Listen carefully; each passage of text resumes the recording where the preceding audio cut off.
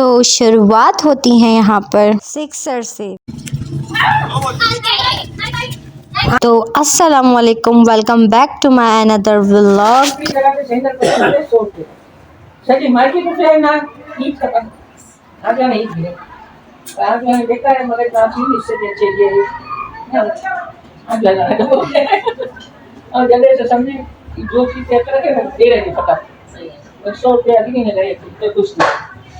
ये है मेरी ग्रैंड मदर और जो कि मेरे बचपन की कुछ यादगार करतूतों के बारे में बता रही थी सबको। वो भी 1000 रुपए में पूरा सूट आ गया, वो मैंने कॉलेज में जाके दिखाया ना। चलें, अब मेरी बातें तो ख़त्म होती नहीं, हम वीडियो को आगे बढ़ाते हैं। अब दरअसल मैं जा रही हूँ यूनिवर्सिटी के एडमिशन के लिए AC2 ऑफिस, और यहाँ पर मेरे साथ एक हादसा होता है और मैं भी गिर जाती हूँ क्योंकि मैं मोबाइल में देखकर चल रही थी।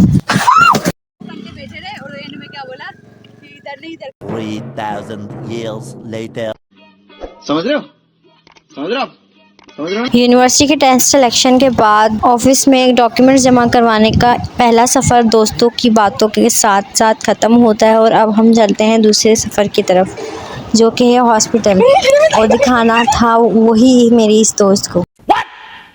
हाँ, मुझे कहती है मेरी कमर में दर्द है और मुझे फिजियोथेरेपी से कोई फ़र्क नहीं पड़ा, फिर भी डॉक्टर ने मुझे किसी दूसरे डॉक्टर का एड्रेस दिया है, वहाँ जाके दिखाने का बोला है। मैंने कहा चलो चलो मैं तुम्हारे साथ चलती हूँ। पहले तो हमने इसकी फिजियोथेरेपी करवाई और फिर चले गए उसी एड्रेस पे जो एड्रेस इसकी पहले डॉक्टर ने हमें दिया था। अब यहाँ ये पहचानना मुश्किल है कि कौन किसको लेकर जा रहा है। बात तो सही है। ऐसे तो नहीं होता है। और रास्ते में ही कच्ची ये वादियाँ देखकर आप समझ तो गए होंगे कौन सा हॉस्पिटल है। यहाँ पर जब डॉक्टर साहब इसका चेकअप कर रहे थे तो मुझे लग रहा था कि मैं किसी एबनॉर्मल इंसान के साथ आ चुकी हूँ हॉस्पिटल में। फिर मेरा शक सही भी निकला और डॉक्टर ने इतनी लंबी पर्ची आगे पीछे फुल टू फुल दवाई की भर के दे दी। मेरा मतलब है लिख कर दे दी, इतनी सारी दवाई लिख कर दे दी। जितनी सारी दवाई डॉक्टर्स अपने एक्सपेरिमेंट करने के लिए हमें लिख कर देते हैं ना, अगर ये कहा जाए उन्हें कि आप खुद से अपनी ये दवाइयाँ हमें दें ताकि हम आपका एक्सपेरिमेंट पूरा करें, तो इनके हार्ट अटैक हो जाएंगे, हार्ट अटैक। फिर जो है हम दोनों यहाँ बैठ के बस का इंतजार कर रहे थे, फिर सोचा कि चलो क्यों ना अंदर ही होके आते हैं। अंदर हमें गार्ड जाने नहीं दे रहा था, तो बड़ी मिन्नतों के बाद हम अंदर गए उसके कैफे के अंदर। ये यूनिवर्सिटी थी, LMC यूनिवर्सिटी, और किसी टाइम ये मेरी ड्रीम यूनिवर्सिटी हुआ करती थी, लेकिन अब जो कि हम सबको पता है पाकिस्तान में डॉक्टर बनना एक अपने आप में ही एक बड़ा घाटे का सौदा है, तो मैंने अपनी दिल पर पत्थर रख के किसी दूसरी फील्ड में जाने का सोचा। तो बहरहाल हम यहाँ पर इंतजार कर रहे थे बस का, क्योंकि हम दोनों का एरिया अलग था और हम दोनों की बसें यहीं से ही गुजरती हैं, तो हमने सोचा आगे जाने से बेहतर है हम बस को यहीं से पकड़ लेंगे। लेकिन शायद ऐसा नसीब में नहीं था। फिर हमें बाद में पता चला कि आज तो बसों की स्ट्राइक थी, क्योंकि आज अक्सर यहाँ यूनिवर्सिटीज़ में अगर धांधली इस तरह से होती है कि जो ऑफिशियल बस होती है ना वो आ जाती है, मतलब अगर किसी लतीफ़ाबाद की अगर हम सिर्फ बात करें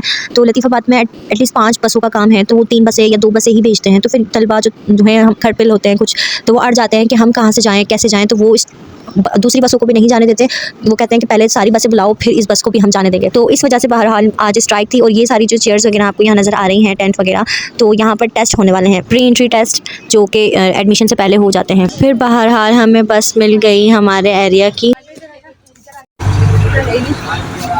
लेट के जाता अब जी अम्मी को फोन कर किसी को भेज रही है। लेकिन उसमें भी हमारे साथ एक ट्विस्ट हुआ कि उस बस में हॉस्टल की लड़कियां बैठी और उस बस ने जो हॉस्टल की लड़कियों को बिठाया और हमें वहीं वापस लाके उतार दिया जहां हम पहले बैठे थे। और फिर हमें बताया कि अभी टाइम नहीं हुआ बस को शहर ले जाने का। फिर हमने इंतज़ार किया 10 से 20 मिनट हम लोगों ने इंतज़ार किया और फिर हमारी बस चली। और फिर इसके बाद ट्विस्ट मारते हुए हम लोगों ने कुछ नहीं किया, ये तो होना ही था, क्योंकि हम लोगों का सफ़र मतलब हम लोग का घर एरिया बिल्कुल अलग अलग था। तो मुझे जिस एरिया के लिए निकलना था उसकी बस और मेरे दोस्त के एरिया की बस वो थी थोड़ी सी हमारी बस से थोड़ी आगे। और मेरी दोस्त रोज़ उसी बस में जाती है, तो उसकी बहन भी उसी बस में होती है। उसने मेरे दोस्त ने अपनी बहन को फ़ोन किया और उसकी बहन ने वो बस रुकवाई और हम अपनी बस पीछे वाली बस से उतरकर आगे वाली बस में जाकर बैठे। फिर बामुश्किल तमाम अपने घर पे पहुंच गए और मैं अब घर आ गई हूँ। घर आके बामुश्किल मुझे आधा घंटा ही हुआ होगा, तो मेरे घर पे मेरा जो पार्सल मैंने मंगवाया था वो आ चुका था। पार्सल रिसीव करने के बाद मुझे याद आया कि हाँ मुझे शूट भी करना था। फिर मैंने इसे खोल के देखा तो इसमें 5 मास्क थे, फेस वॉश और सनस्क्रीन थी और बॉडी लोशन था, नहीं बॉडी लोशन नहीं था,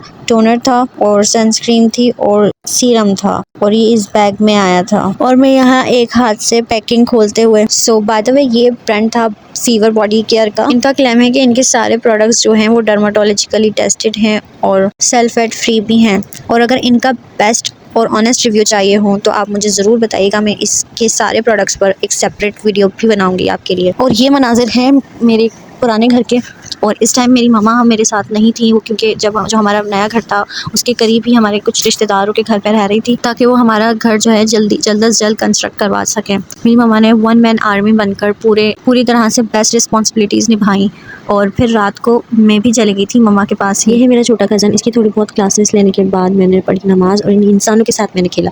ये इंसान है, हम लोग इंसान जो अशरफुल मखलूक़ात होकर जानवर बन चुके हैं, लेकिन ये लोग इंसान हैं। इन्हों में अल्लाह ताला ने एहसास तरबियत की ऐसी रूह फूकी है जिसको थाम कर ये अभी तक कायम दायम है। लेकिन हम इंसान जो कि अशरफुल मखलूक़ात कहलाती है, वो अपने मफाद के लिए किसी को कत्ल करने को भी तैयार है आज हम। अब इसी के साथ इस वीडियो को करते हैं इख्तिताम। मुझे और मेरे वालिदैन को अपनी दुआओं में याद रखें। अल्लाह हाफ़िज़।